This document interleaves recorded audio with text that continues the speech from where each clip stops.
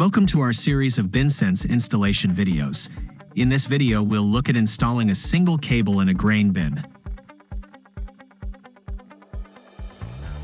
For the installation, you'll need the cable and the hardware kit that's included with the cable. In the kit, you'll find 4 self-tapping screws for attaching the cable to the roof of the bin, along with other hardware for attaching the free end of the cable to the floor. For tools, you'll need a cordless drill with a 3/8" socket bit, a 1.5" hole saw, a tape measure, and a pair of side cutters for removing zip ties from the cables. It's important to stay safe when working on the bin. That means wearing a fall arrest harness, using a tool belt to keep your hands free, and securing tools and parts so they don't slide off the roof. With a single cable, you'll want to position it as close as you can to the center of the bin.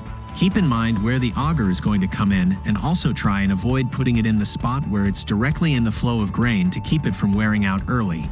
Measure out the spot where 2 ribs are 5 inches apart and mark the 2.5" point. Take a look at the cable head and make sure it's going to fit between the ribs at the marked spot.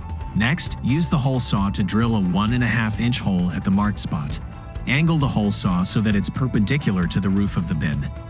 Now, feed the cable through the hole and into the bin.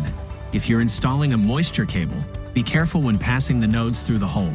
You'll also want to avoid overbending and kinking the cable. When the cable cap reaches the bin roof, make sure the green plastic guide is lined up with the hole. Set the cable head so that it sits flat on the top of the bin.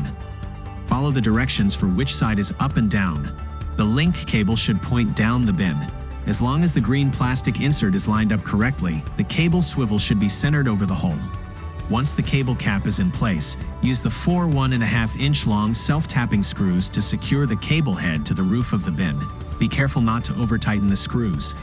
Once the cable is secured at the top of the bin, it needs to get connected to a reading device like a BinSense Direct, Solo, Remote, or Master unit. Check out our other videos on how to get different BinSense devices connected and reading cables. This is all for the cable install at the top of the bin.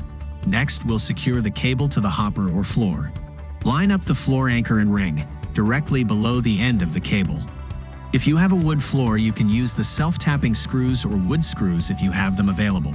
Use the twine and tie one end to the quick link at the end of the cable and the other end to the ring on the floor. The twine should be pulled tight just enough to keep the cable in position when the bin gets filled. Twine is used for this because it breaks easily. If it gets caught in an auger or hit with a shovel, it breaks first and prevents damage to the cable and will keep the cable from pulling the roof in. Once the cable is tied down, it's ready for use. If you have a bin larger than 24 feet in diameter, you'll need to install multiple cables with roof brackets to support their weight. We'll talk more about that and installing roof brackets in another video.